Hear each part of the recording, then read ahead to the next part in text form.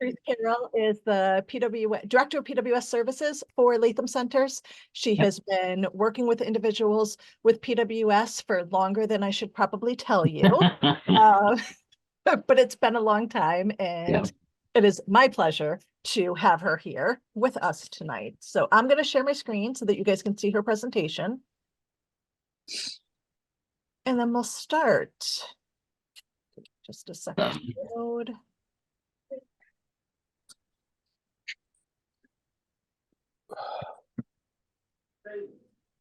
What are you guys seeing? Are you seeing the slideshow? I am seeing the whole thing instead of just the slides. Let's try the slideshow one.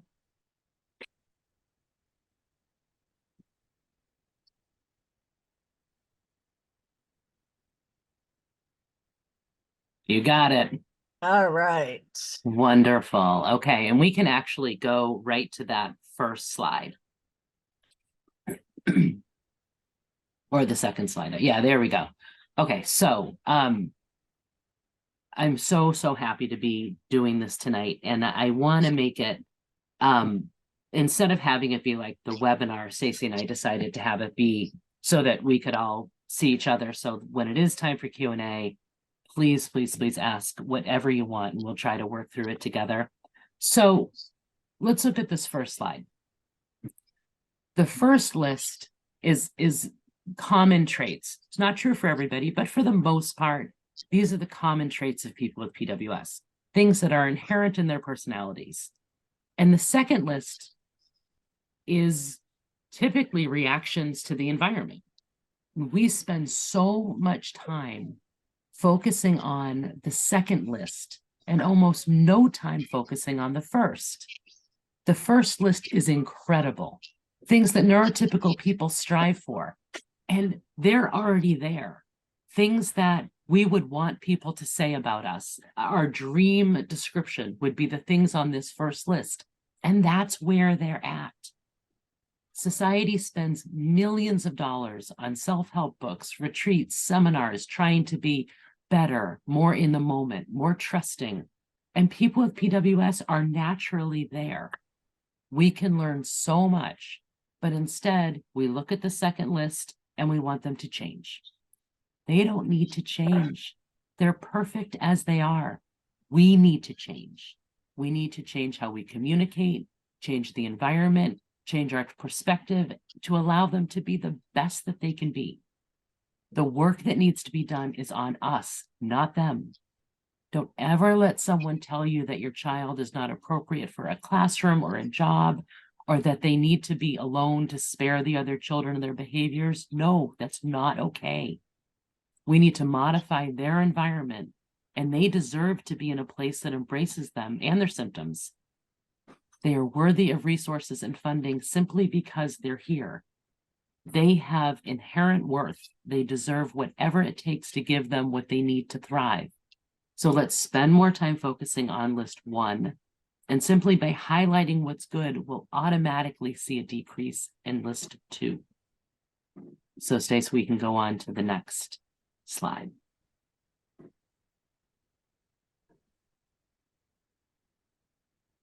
There we go. Thank you. Okay, so you guys have been hearing me talk about these things for years, but I am going to go over a few things.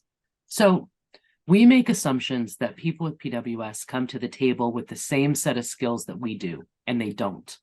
It's unfair of us to expect things like flexibility, understanding, self-regulation, you want to hear this? It's only an hour.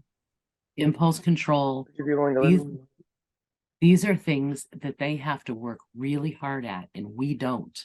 So expecting this from them is unfair and mean. So when we look at executive functioning disorder is the list of things that you need to get something done. So organization, flexibility, being able to think in the moment, being able to compartmentalize what needs to go into a task to fulfill it. And these are things that people with executive functioning disorder struggle with.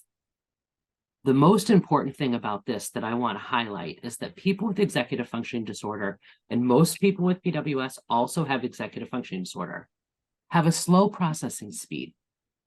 So what that means is that people with slow processing speed typically only hear the last thing that was said. So let me give you an example of how that would look.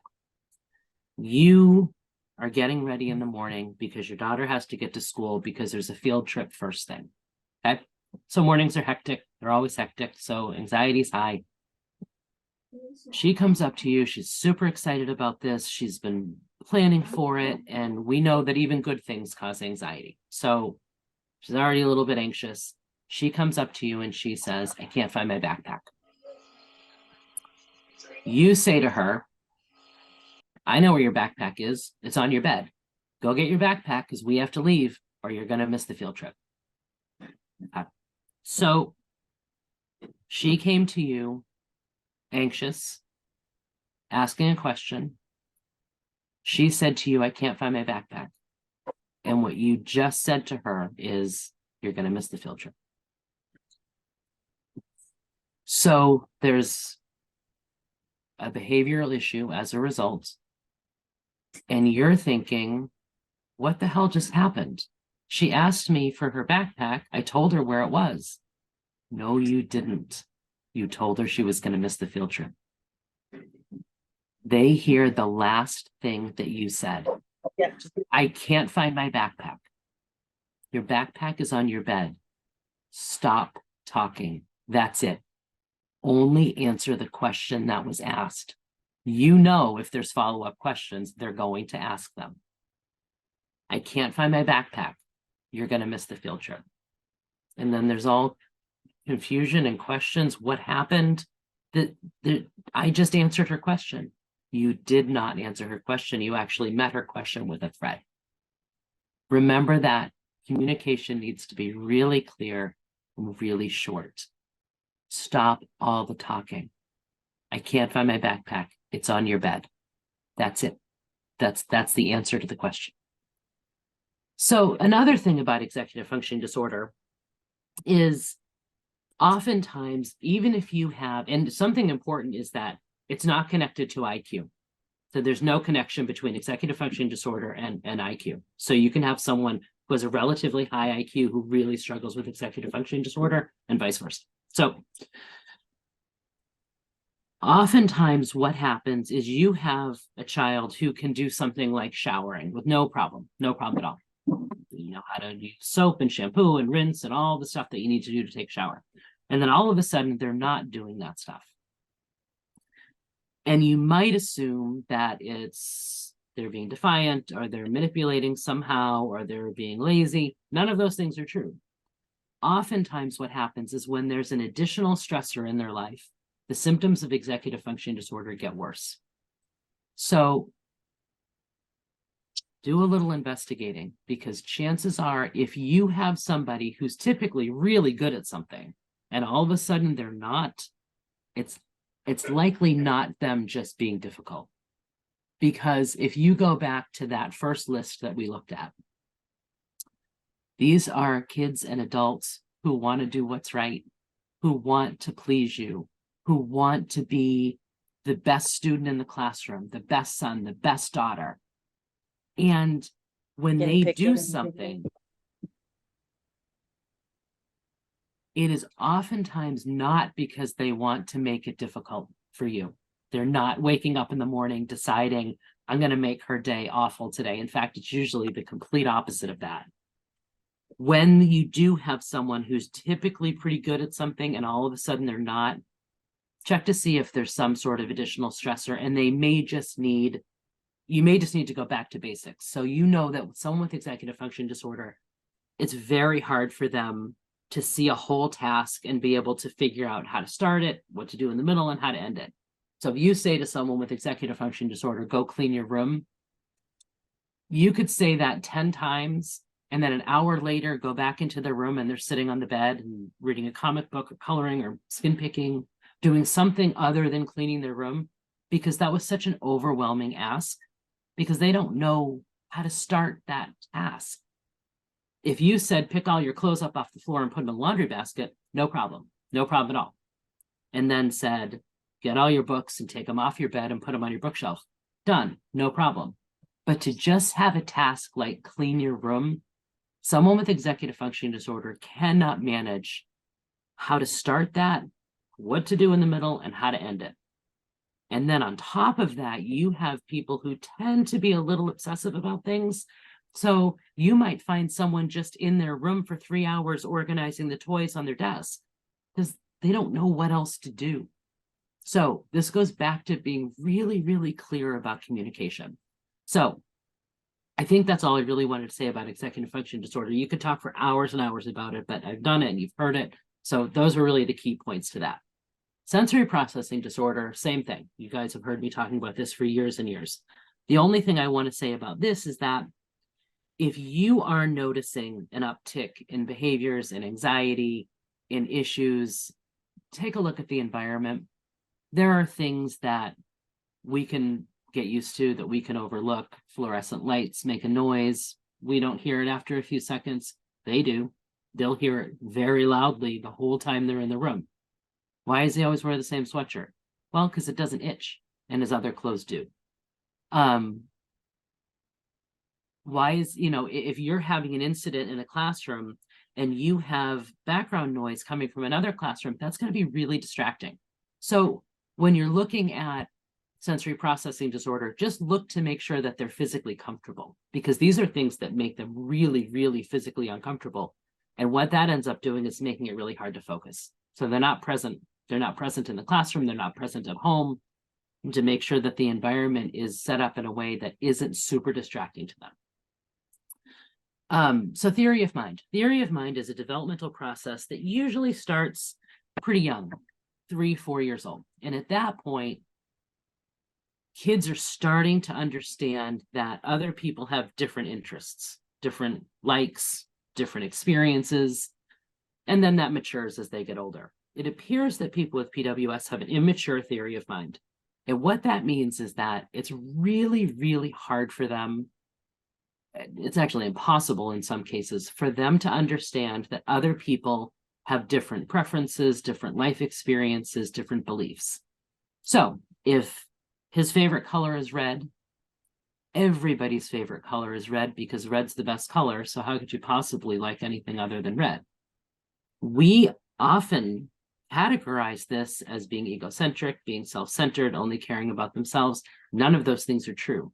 And this really goes back to most of the behaviors. This isn't a choice. This is the way their brain works. Their brain isn't developed in this way enough to understand that other people have different experiences than they do. We often say things like, how do you think Johnny felt when you hit him? If he's never been hit, he has absolutely no idea what you're talking about. None. No idea at all. He can't understand how Joey felt. We can. We can empathize. We can say, yeah, I bet that would have hurt for that to happen. They're not choosing they're not choosing to not understand that. That's something that their brain just can't do yet. This is something that can be taught over time. It takes a little while, but it can be taught. But it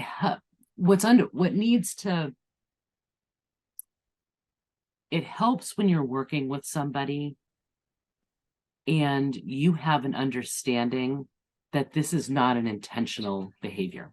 And that's really true about most of the behaviors. Most of the behaviors happen because there's poor impulse control, because they have a lack of understanding about how other people feel. They have difficulty with self-regulation. These aren't choices. These are reactions to the environment because their brains work differently. We can go to the next slide. Okay, so this kind of goes back to the communication. All people want to be in control of their lives, and people with PWS are no different. So let's look at showering. You could say, go take a shower, you smell bad, people won't want to be around you. It's very unlikely that that form of communication is going to work. In fact, it will likely put them on the defensive, just like it would for you or I. What will work better may take a little more time and patience, but it will likely have a better outcome. You have school tomorrow. Let's make a list of all the things that a good student does to get prepared for a school day. Let them make the list. Let them tell you. Let them create a chore chart. Let them pick if there's a reinforcer for completing it. Have a reinforcer menu that they create and they pick from. This is cooperation, not control. Our goal is to have well-adjusted, happy children, not soldiers. And this is why punishment doesn't work. It raises anxiety levels, and due to their poor impulse control, it's unlikely that the concept of cause and effect will be effective in that moment. Yeah, they can tell you the difference between right and wrong, but in that moment, they're not likely thinking rationally. A natural consequence is if you're escalated, we need to stay home to keep everybody safe. If you broke your iPad, we need to save for another one, so you won't have it until we can save up. But we're so quick to lay down punishments that don't even make sense. If Sally was screaming at the playground and you took her iPad because of it, what lesson is being learned there? There's no connection between those two things. Remember that her behavioral response was probably due to something in the environment in that moment that caused her to act impulsively because they have poor impulse control. So it makes zero sense to take an iPad as a result of something that happened that didn't have anything to do with an iPad. A natural consequence would be to apologize if she hurt someone at the playground, and a reminder that the next time we're going, review the playground rules before we go. And if it happens again, we have to leave right away. Just make sure that what you're doing makes sense and that there's a connection between those two things. Stay so we can go to the next one. Okay. So you want to create a cooperative and collaborative communication style. Saying would you creates a choice as opposed to you as saying could you, which is more directive. So explain why something needs to be done. I see there's clothes on your floor. Would you be able to pick those up so we have room to play later? Is a much more effective approach than could you pick up your floor? It's a mess in your room. That last statement automatically puts someone on the defensive. An even better thing to say would be, we need some space to play. What can we do to create more space in your room? And let them come up with the idea themselves. And when they do, praise them. You're so good about coming up with ideas. Do you need help with that? Or is that something you'd like to do independently? Sometimes the communication takes a little more work, but it's definitely less work than dealing with a fight or a behavioral response that creates more stress, and the initial request is never met anyway. For people with demand avoidance, it's more helpful to tell them why you need something instead of just telling them to do it. The clothes on your floor makes it hard to play a game. Would you be able to pick those up? Simple. We can go to the next one, please.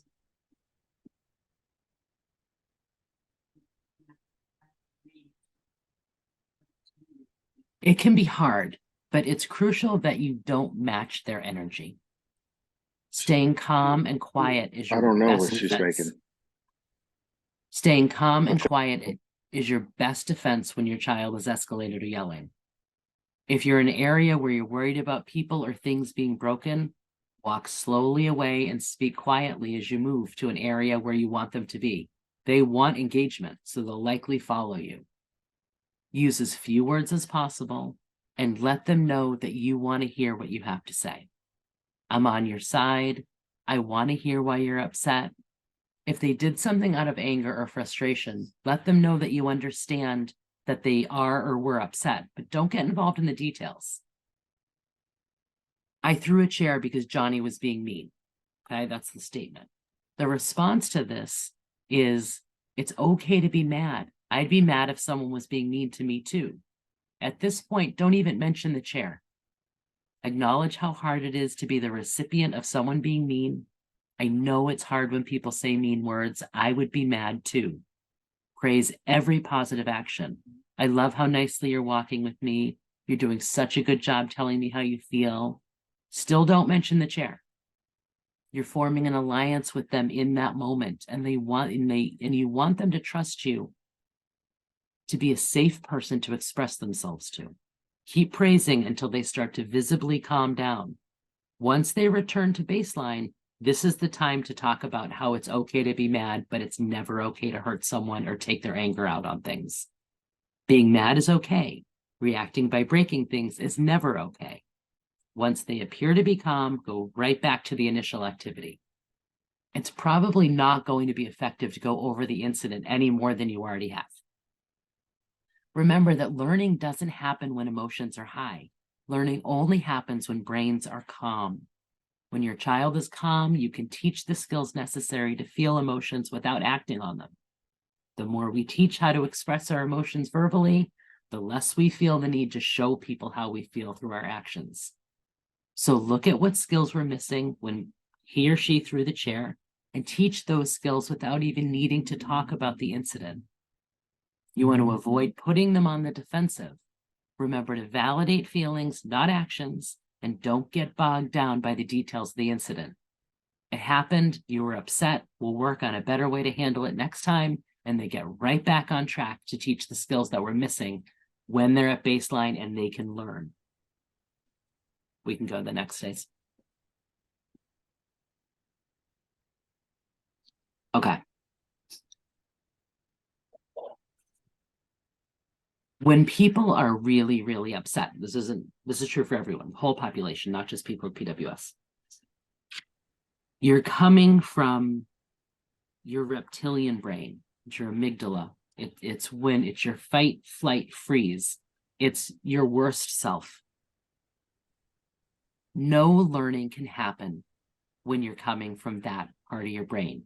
You want people in the frontal lobe, you want people in the front of their brain, when they're rational, when they're reasonable, and when they can learn. It can be really hard to move on from a bad behavioral incident.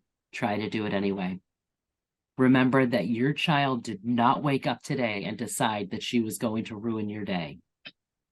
They want to please you. They want to do what's right. And then something in the environment got in the way and they reacted. Deep breaths and taking space will help you regulate your own emotions and make sure that you're regulated before you have an interaction with your child, because they know and they're going to feed off of how you're feeling. Have a list of funny things, sweet things that your child has done and read it on those bad days. There are more good days than bad days, but sometimes it's hard to reach in and find the good when everything looks bad. And that list of good stuff will remind you that they are that first list and not the list of their behaviors. We can go to the next phase. Okay, so to summarize, focus on that good list. Have it, put it up on your fridge if you have to. You want to practice effective communication. Keep it short and remember that they're hearing the last words that you said.